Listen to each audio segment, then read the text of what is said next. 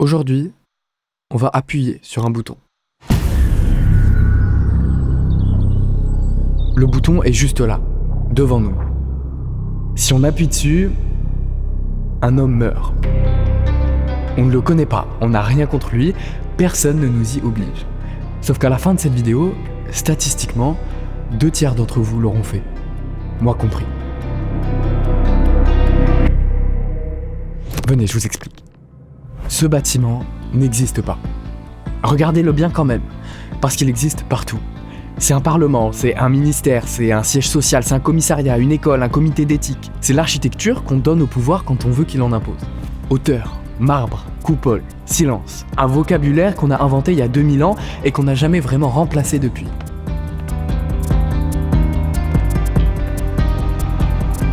Et regardez où on l'a posé.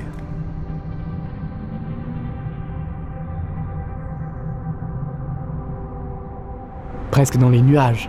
C'est délibéré. Ceux qui décident ne voient pas ceux qui exécutent. Et inversement, c'est la première condition pour que ça marche. Vous voyez la ville là-bas, en bas ?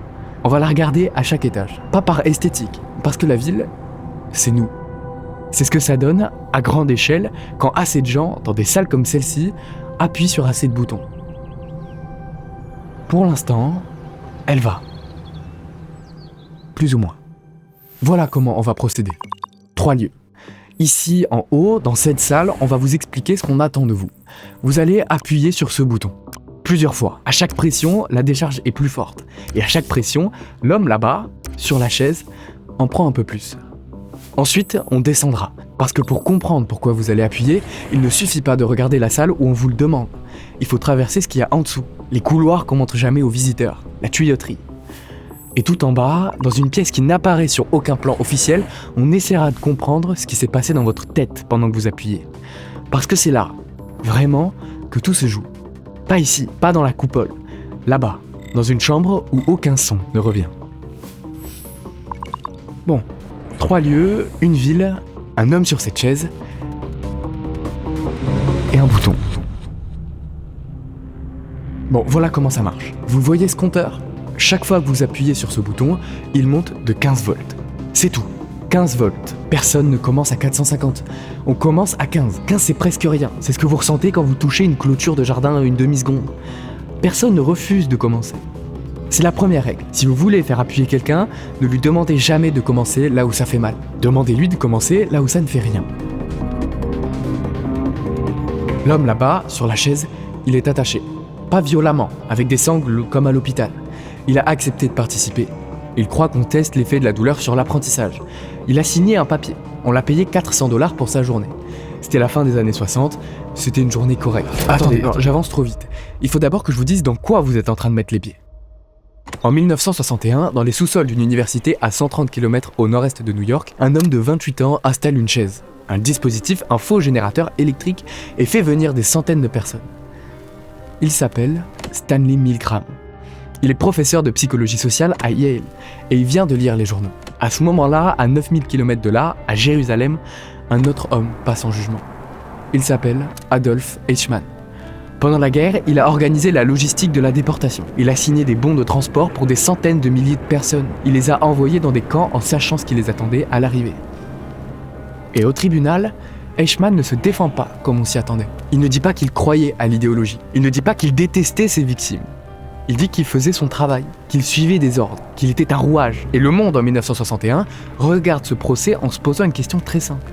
Une question qu'on s'est posée tous, à un moment ou un autre, depuis que le siècle a commencé. Est-ce qu'on a affaire à un monstre ou est-ce qu'on a affaire à n'importe lequel d'entre nous ? Milgram veut savoir. Et il pense que la réponse est facile. Il est persuadé que les Américains, à Yale, en 1961, n'obéiraient pas. Que cette horreur, c'est une affaire allemande, une exception, une culture, une époque. Il montre l'expérience pour prouver qu'on est différent. Vous connaissez la suite ? Il s'est trompé. Bon, vous savez où vous êtes maintenant. Vous êtes le sujet. L'homme attaché là-bas, c'est un acteur. Vous ne le saviez pas dans la vraie expérience. Mais moi je vous le dis, vous le savez. Et vous allez appuyer quand même. Et c'est exactement ça, l'intérêt. À votre droite, vous voyez ? Pas de scientifique en blouse blanche dans cette salle. C'est ma seule licence sur le dispositif d'origine. Dans la vraie expérience, il était là, debout, assis à côté du sujet, en blouse de Yale, avec son carnet et son crayon. Ici, il vous parlera à travers ça, un haut-parleur. Pas de visage, pas de regard. C'est plus juste, je trouve. Aujourd'hui, l'autorité ne ressemble plus à un homme en blouse blanche. Elle ressemble à un mail, à une notification, à une voix dans une enceinte, un téléphone, un casque. Elle a perdu son corps. Elle a gardé sa phrase. On y va ?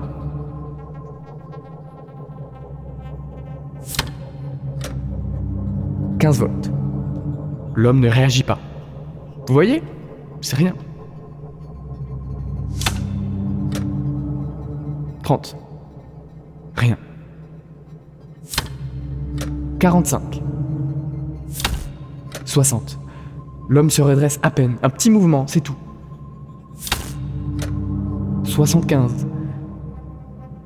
90. 105.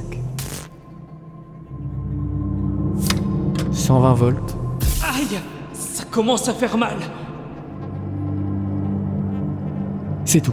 Il ne crie pas. Il prévient, comme on prévient son dentiste qu'on commence à ressentir quelque chose à travers l'anesthésie. C'est presque poli. Vous appuyez. 135. 150. Continuez, s'il vous plaît. C'est la première phrase. Il y en a 4. 4 phrases que le scientifique de Milgram avait le droit de prononcer. Dans cet ordre exact, jamais autrement. C'est la seule chose qu'il était autorisé à dire quand vous, le sujet, vous hésitiez. Il les sortait l'une après l'autre, et c'est ça qui faisait tomber les gens. Pas des cris, pas des menaces. 4 phrases polies, dans l'ordre. Vous voulez savoir le pourcentage de sujets qui se sont arrêtés à ce stade-là, à 150 volts, malgré la phrase ? 20%. 1 sur 5. Les autres ont continué, quasiment tous. Une fois passé 150, presque personne ne s'arrête. C'est le seuil. La majorité absolue de l'expérience se joue ici, à ce moment-là, dans les 3 ou 4 secondes après le premier cri et la première phrase. On va le franchir, ce seuil. Mais pas comme ça, pas avant d'avoir compris ce que ça veut dire de le franchir. Suivez-moi, il y a une chose qu'on ne montre jamais à ceux qui appuient, une chose qu'on ne montre jamais dans cette salle. Lui, il attend. Mais avant de descendre, on va avoir besoin de se protéger. Parce que cette voix polie qui vient de nous faire grimper à 150 volts, elle a juste changé de corps. Aujourd'hui, elle passe par un écran. Un SMS indique que votre colis est bloqué, vous cliquez et vous tombez sur une fausse boutique, identique à la vraie. Même mécanisme, une autorité qui a l'air crédible, de l'urgence et un seul geste à faire. Alors avant de descendre, il faut qu'on se protège. Et c'est pour ça que cette vidéo est sponsorisée par NordVPN. Pour une fois, le sujet colle vraiment bien. Comprendre le mécanisme, ça ne suffit pas à s'en protéger, c'est même toute la thèse de cette vidéo. Le bouton physique, celui de Milgram, n'a pas de porte de sortie. Mais sa version numérique, elle, permet au moins de placer une barrière devant. NordVPN, ça reste un VPN, c'est la base, ça chiffre votre connexion et ça vous permet, par exemple, de retrouver votre plateforme habituelle ou vos plateformes habituelles quand vous êtes à l'étranger. Mais depuis, ils ont ajouté un antivirus nouvelle génération directement dans l'appli. Et nouvelle génération, c'est pas un mot marketing, c'est pas un antivirus classique en mieux. C'est pas le même métier. Un antivirus classique, il attend que le fichier dangereux soit déjà sur votre machine pour réagir. Quand il arrive, le piège s'est souvent déjà refermé bien avant. L'antivirus nouvelle génération de NordVPN, lui, il agit en amont. Il bloque le lien de phishing avant le clic et repère la fausse boutique avant que vous sortiez la carte. Il arrête le malware pendant le téléchargement. Et il vire les pubs et les trackers au passage. Au lieu d'attendre que vous ayez appuyé sur le bouton, il essaie de vous retenir la main avant. Et contrairement à pas mal d'antivirus, celui-là est pensé pour protéger votre vie privée, pas pour fouiller dedans. Ouais, votre vie privée est censée rester privée. Dans une vidéo sur la surveillance, c'était un minimum. Le tout dans une seule appli, un seul abonnement. Le VPN, l'anti-arnaque, l'anti-phishing, le bloqueur de pub et de tracker. Eux, ils appellent ça l'application de sécurité numérique tout en un. Pour le coup, le nom est mérité. Si vous passez par mon lien, vous pouvez bénéficier d'une offre exclusive avec 4 mois de protection en plus sur les abonnements de 2 ans. Et c'est sans risque, satisfait ou remboursé pendant 30 jours. Vous testez, si ça vous parle pas, vous prenez votre argent. Le lien est aussi en première ligne de description et en commentaire épinglé. Voilà, maintenant qu'on a mis une barrière sur la version numérique du bouton, on peut redescendre s'occuper de l'autre, celui pour lequel il n'existe aucune garantie de remboursement. Merci à NordVPN d'avoir sponsorisé cette vidéo. Pour l'instant, elle tient.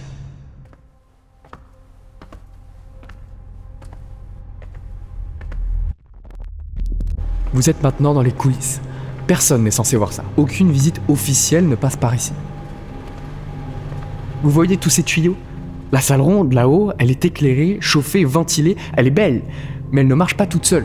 Pour qu'elle marche, pour que les visiteurs puissent admirer la coupole et appuyer sur le bouton sans transpirer, il faut tout ça. La tuyauterie, l'électricité, la mécanique, les couloirs qu'on ne montre pas.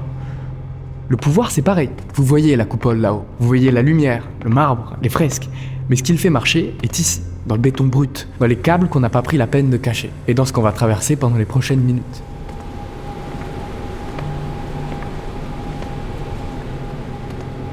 Donc, Stanley Milgram, Yale, 1961.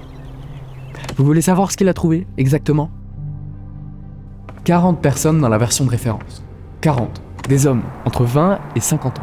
Des gens normaux, comptables, enseignants, ouvriers du bâtiment, vendeurs, postiers, ingénieurs, recrutés par une petite annonce dans le journal de New Haven.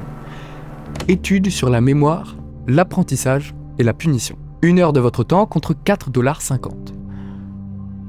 Pas de profil particulier, pas de tri psychologique, la moyenne statistique d'une rue américaine de 1961. Sur ces 40, à votre avis, combien sont allés jusqu'à 450 volts, jusqu'à la marque XXX sur le compteur, jusqu'au moment où l'acteur sur la chaise ne répond plus depuis longtemps et où on ne sait même plus s'il est vivant. À votre avis, combien ? 26. 26 sur 40. 65%, pas 20, pas 30, pas même la moitié. La majorité confortable. 2/3 exactement de l'échantillon, des gens ordinaires de New Haven, sont allés jusqu'au bout. Jusqu'à des chocs étiquetés danger, choc sévère dans le manuel posé devant eux. Jusqu'à des chocs étiquetés XXX tout court. Parce qu'à 450 volts, on n'avait même plus pris la peine d'inventer un mot. Avant l'expérience, Milgram avait demandé à ses collègues psychiatres de Yale d'estimer le chiffre. Combien irait jusqu'au bout à votre avis ? Ils ont répondu en moyenne 1%. 1% de la population irait jusqu'à XXX. Et c'est seulement parce qu'il y aurait toujours quelques sociopathes dans le lot. Sinon, personne. Ils étaient à 64 points de la réalité. Quand Milgram a publié ses résultats, en 1963, l'American Psychological Association a refusé pendant 1 an qu'il rejoigne leur organisation. Trop dérangeant. Pas pour ce qu'il a fait subir au sujet, on s'en remettait. Et ils étaient tous au courant. Pour ce qu'il avait fait découvrir. Parce que ce qu'il avait découvert, c'est que sa thèse de départ, la mauvaise, la rassurante, l'évidente, était fausse. L'Amérique n'était pas différente. L'horreur allemande n'était pas une exception. Eichmann n'avait pas attendu qu'on apporte ses parents en Pologne pour exister. Eichmann était déjà là, en chacun, et il suffisait d'un homme en blouse blanche, d'une chaise et de 4 phrases polies pour le réveiller. L'expérience a été reproduite, plusieurs fois, dans plusieurs pays. À Munich, à Rome, en Afrique du Sud, en Australie, en Jordanie. Avec des hommes, des femmes, des étudiants, des cadres, des ouvriers. Chaque fois, des taux similaires. Souvent même plus hauts, parfois 85%. En 2009, un chercheur américain l'a refaite avec une version allégée pour respecter l'éthique moderne. 70%. 70. Vous comprenez ce que ça dit, ce chiffre ? C'était pas une affaire de 1961.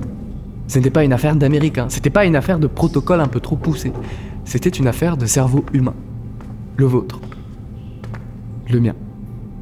Pas une faille rare. Une fonction. Et c'est là qu'on arrive à la question qui compte vraiment. La seule qui compte à ce stade.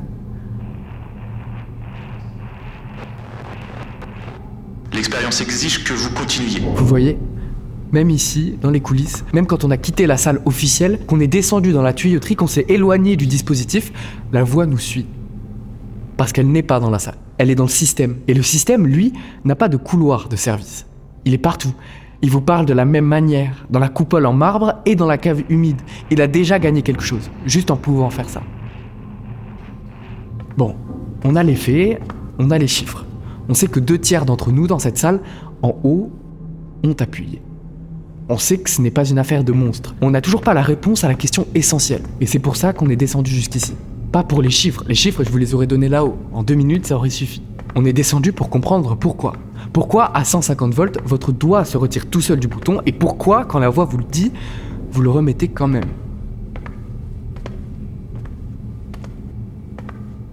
C'est là, derrière.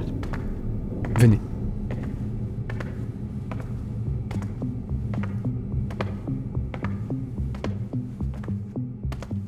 Voilà. Vous voyez cette salle ? Regardez-la. techniquement. Les murs sont couverts de cubes de béton. Tout est en relief, le sol aussi, et au plafond, ce sont des dièdres, des angles qui pointent vers le bas. Tout est conçu pour la même chose, casser le son, empêcher l'écho, empêcher la réverbération. Une salle comme celle-ci, en acoustique, ça s'appelle une chambre anéchoïque.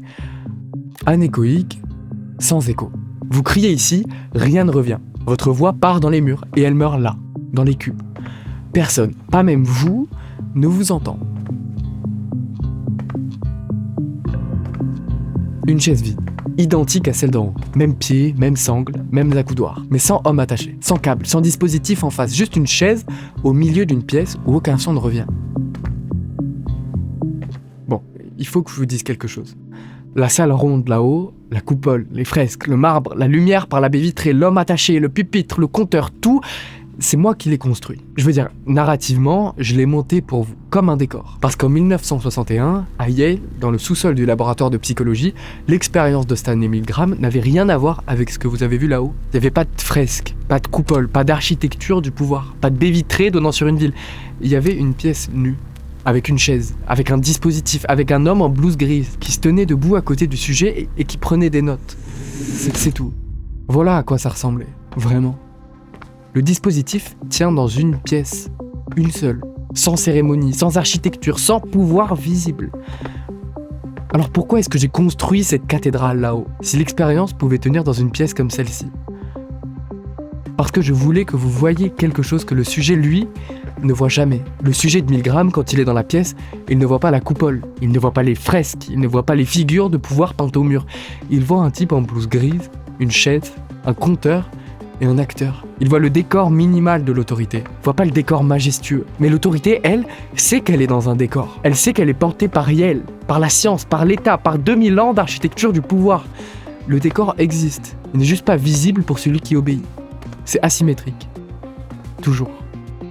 La salle ronde là-haut, c'est ce que voit l'historien. La salle nue ici, c'est ce que voit le sujet. Et ce qu'il voit, ou plutôt ce qu'il ne voit pas, c'est exactement ce qui le fait appuyer. Maintenant, écoutez.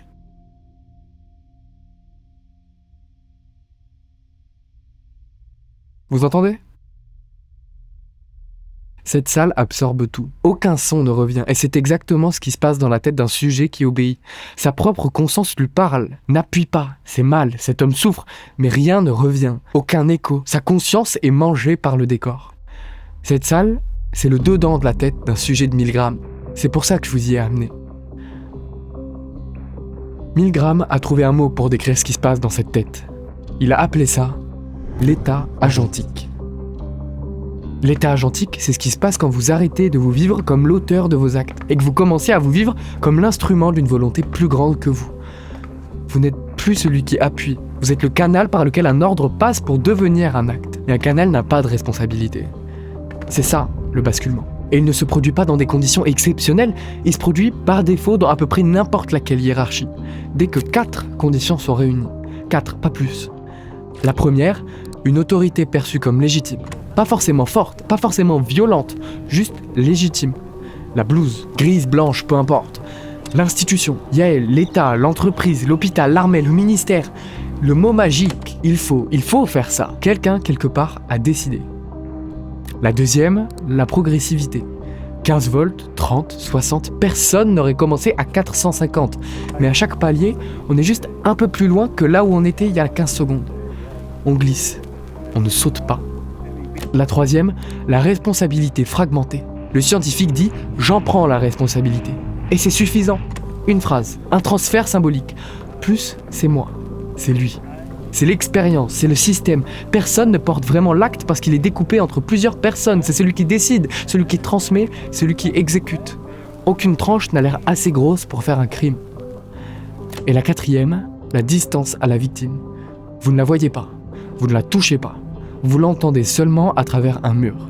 Et quand elle finit par se taire, vers 330 volts dans la version de référence, vous ne savez même plus si elle est vivante. Le silence vous arrange, vous continuez. 4 conditions. Aucune n'est extrême, aucune n'est rare. Elles sont la matière ordinaire presque de toutes les structures dans lesquelles on travaille, on vit, on obéit depuis qu'on est né. Maintenant, je voudrais qu'on s'arrête une seconde sur 1961. Pas à Yale, à Jérusalem. Pendant exactement les mois où Milgram mène ses premières séries d'expériences, à 9000 km de là, le procès d'Adolf Eichmann est en cours. Il est dans une cabine de verre parce que c'est un nazi et qu'on a peur qu'on le tue avant le verdict. Il répond aux questions du procureur et dans la salle, parmi les journalistes, il y a une femme. Elle a quitté l'Allemagne en 1933, elle a fui Paris en 1941, elle est arrivée à New York et elle est devenue une des plus grandes intellectuelles du XXe siècle. Elle s'appelle Hannah Arendt. Elle couvre le procès pour le New Yorker. Et ce qu'elle voit dans cette cabine de verre la sidère.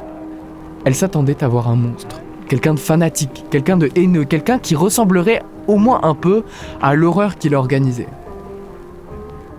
Mais à la place, elle voit un fonctionnaire, quelqu'un de moyen, quelqu'un qui parle de logistique de transport comme on parle d'un emploi du temps, quelqu'un qui ne pense pas vraiment à ce qu'il a fait, parce qu'il ne pense pas vraiment, point.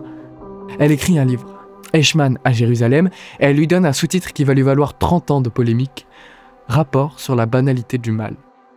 Sa thèse, c'est que pour produire le pire crime du XXe siècle, on n'a pas eu besoin de monstres, on a eu besoin de fonctionnaires, de gens qui ne pensaient pas, des gens qui suivaient, des gens en état agentique. Milgram et Arendt, en 1961, sont en train de découvrir exactement la même chose à 9000 km de distance. Lui en laboratoire, elle dans un tribunal. Et ils ne se sont jamais rencontrés, mais ils écrivent la même phrase. La phrase, c'est « La méchanceté n'est pas nécessaire. Pour produire un mal industriel, on n'a pas besoin de gens méchants. On a besoin d'agents. Et un agent, c'est pas un monstre. C'est un type ou une fille dans une chaise comme celle-ci qui a basculé. Et nous tous, on a basculé une fois, au moins, pour un petit truc, pour un mail qu'on n'aurait pas dû envoyer, pour une consigne qu'on n'aurait pas dû appliquer, pour un silence qu'on n'aurait pas dû tenir. On le sait. Mais on l'a fait. Et au moment où on l'a fait, on n'a pas pensé qu'on faisait quelque chose. On a pensé qu'on faisait son travail. Il est absolument essentiel que vous continuiez. C'est la 3e phrase. Et il faut remonter maintenant. Parce que là-haut, vous vous souvenez, on a laissé quelque chose en suspens. Un compteur figé à 150. Un homme sur une chaise, un bouton qu'on n'a pas fini d'appuyer. Et maintenant, vous savez. Vous savez exactement ce qui va se passer dans votre tête quand vous remonterez vers ce pupitre. Vous savez. Et vous allez quand même appuyer. C'est ça, le vrai vertige de Milgram. Pas que des gens ordinaires ont obéi sans savoir. C'est que même en sachant, même après avoir lu Arendt, après avoir compris l'état agentique, après avoir vu les chiffres, après avoir traversé cette salle, vous remontez vers le bouton et vous appuyez.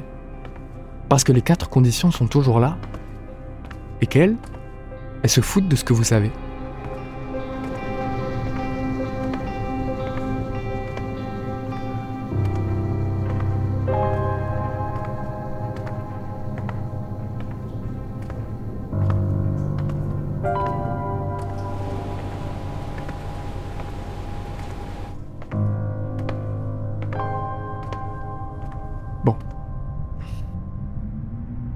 Je vous ai dit au début que la ville c'était nous, que c'était ce que ça donnait quand assez de gens, dans des salles comme celle-là, appuyaient sur assez de boutons.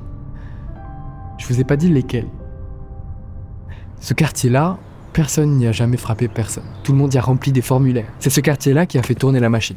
Pas les camps, les quais, les bureaux, les types qui signaient les bons de transport en sachant à quoi servaient les trains et ceux qui les signaient sans savoir et ceux qui préféraient ne pas savoir. Cette tour. Berlin-Est. 91 000 employés à temps plein, à l'apogée. Plus de 180 000 informateurs en plus. Aucun d'eux n'a jamais frappé personne. Aucun d'eux n'a jamais cru frapper personne. Ils classaient des dossiers, ils écoutaient des cassettes, ils tapaient des rapports sur leurs voisins de palier. Le matin, en arrivant au bureau, comme on tape n'importe lequel des rapports. Et plus près, beaucoup plus près. Vous vous souvenez, c'était il y a 3 ans. Des soldats qui avaient reçu l'ordre de tenir un village. Ils l'ont tenu, et quand ils sont partis, on a retrouvé sur la route plus de 400 civils, les mains liées dans le dos. Combien de soldats russes pour 400 civils, à votre avis ? Combien d'officiers qui ont transmis l'ordre ? Combien d'opérateurs radio qui l'ont relayé ? Combien de logisticiens qui ont organisé le bivouac, l'essence, les rations, pour que tout ça tourne ? Je m'arrête là. Je pourrais continuer, je pourrais vous montrer chaque quartier, le siècle dernier en entier, et celui-ci. J'aurais des immeubles pour tout le monde, pour la déportation arménienne, pour les camps japonais à Mandchourie, pour les médecins qui faisaient leurs expériences parce que c'était dans le programme, pour les types qui ont signé des autorisations à Guantanamo, pour ceux qui font passer des familles à travers un mur tous les jours pendant qu'on parle. J'aurais des immeubles pour tout le monde. Mais ce qui m'intéresse, c'est pas seulement ces immeubles-là, ce sont aussi tout cela. les immeubles autour, ceux des voisins qui ne disaient rien, ceux des collègues qui regardaient ailleurs, ceux des gens qui apprenaient après, ceux des gens qui apprenaient pendant et qui rentraient chez eux quand même. Votre immeuble est là, quelque part. Pas parce que vous avez fait quelque chose de terrible. Vous n'avez probablement pas fait grand-chose de terrible, d'ailleurs. Mais parce que vous vivez dans un système qui vous demande, à peu près en permanence, d'obéir à des ordres dont vous ne comprenez pas l'utilité et à des hiérarchies que vous n'avez pas choisies, à des règles que vous n'avez pas votées. Et que la plupart du temps, comme moi, comme tout le monde d'ailleurs, vous obéissez. C'est pas un défaut, c'est même pas une faiblesse, c'est comme ça qu'une société tient. Personne ne peut désobéir à tout le temps. Si on essayait, on ne tiendrait pas 3 jours. Le problème, c'est qu'on n'a pas 2 mécanismes différents. Un pour les petites obéissances, utiles, et un autre pour les grandes obéissances catastrophiques. On n'en a qu'un seul, le même. Celui qui vous fait remplir une déclaration d'impôt et celui qui vous fait remplir des bons de transport en 1942. C'est pas la même intensité, c'est pas le même contexte, c'est pas la même époque, mais c'est le même circuit. Et à un moment, dans la vie de presque tout le monde, ce circuit est sollicité plus fort qu'il ne devrait l'être. La question à ce moment-là, c'est pas ce que vous croyez que vous feriez. La question, c'est ce que les 65% ont fait.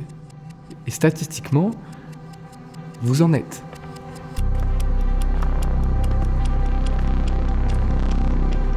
Pour l'instant, elle tient. Mais plus pour longtemps.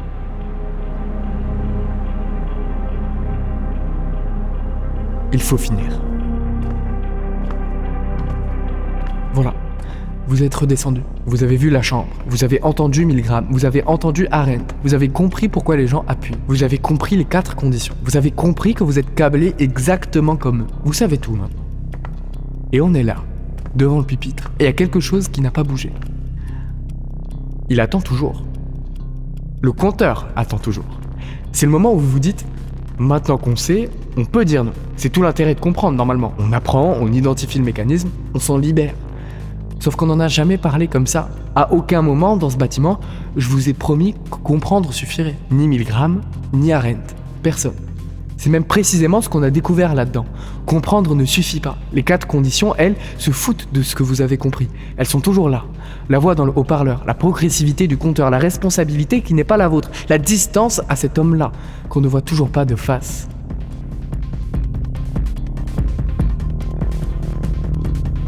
On y va. 165 volts. Vous remarquez ? Plus de voix.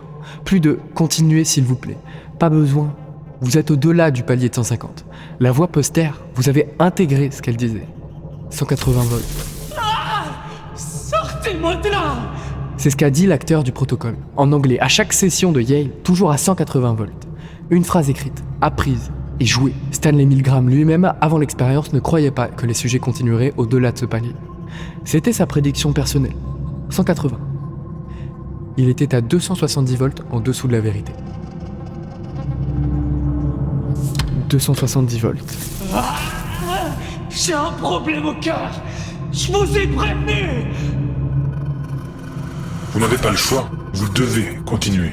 C'est la 4e phrase, mais elle n'est sortie de nulle part. Aucun scientifique ne l'a dite, aucun haut-parleur ne l'a relayée. Vous l'avez pensé tout seul. Et moi aussi. C'est le moment précis où le dispositif n'a plus besoin de parler, parce qu'on parle à sa place. Dans notre tête. C'est ça, l'état agentique en haute intensité. Pas la voix de l'autre, la nôtre qui a pris la place de l'autre. 300 volts. C'est l'opérateur de drone du Nevada qui rentre dîner avec sa famille en sortant du bureau. 315. C'est le fonctionnaire qui transmet un dossier dont il sait au fond qu'il n'aurait pas dû être transmis. Mais c'est pas lui qui l'a écrit, c'est pas lui qui le signera. Il fait juste passer. 330. Et là, dans la vraie expérience, c'est le moment qui glace tout le monde. Le moment où la victime ne répond plus. Le sujet ne sait pas si elle est inconsciente. Ou pire. Et la consigne, elle est claire. Si la victime ne répond pas, c'est considéré comme une mauvaise réponse. Donc on continue. Donc on monte. Donc on appuie. 345. C'est le militaire qui appuie sur le bouton qui largue l'engin à 10 000 mètres d'altitude sans jamais voir ce qu'il y a en bas. 360.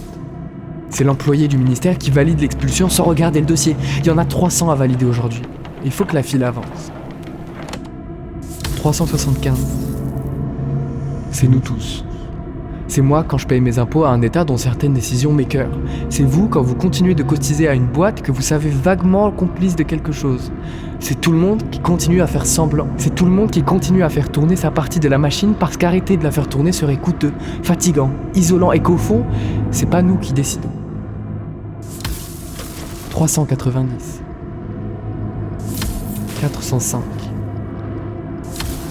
420.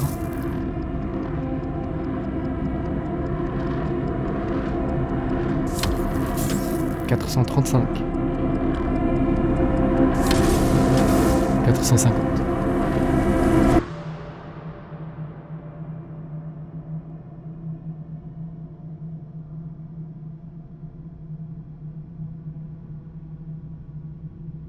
Voilà.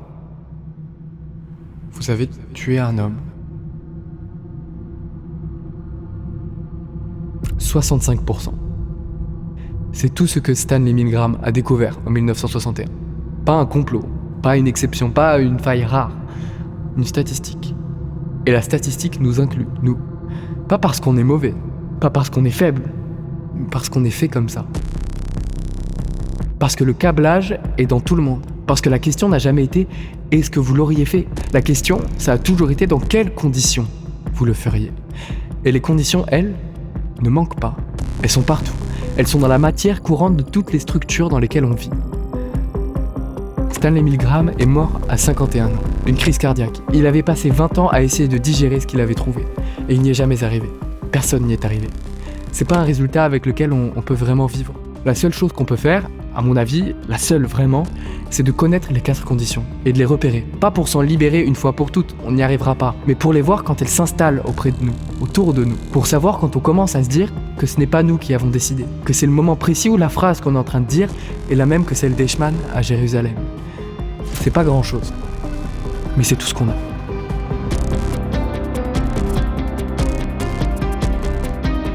Aujourd'hui, on a appuyé sur un bouton. C'est ça que Milgram a découvert. Pas qu'on est des monstres, qu'on est des fonctionnaires, et qu'on est fait pour. Et qu'aucun bâtiment, jamais, n'a empêché ça. Au contraire, les bâtiments, c'est précisément ce qu'on a inventé pour rendre ça possible. La coupole, les fresques, le marbre, la voix dans le haut-parleur, le pupitre, le compteur, l'homme qu'on ne voit pas de face. On n'a pas mis des siècles à construire ce vocabulaire-là par hasard. On l'a construit parce qu'il marche.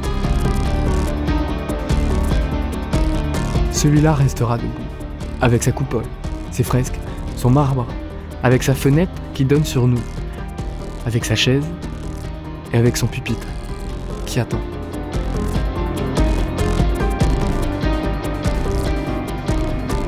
Et un bouton.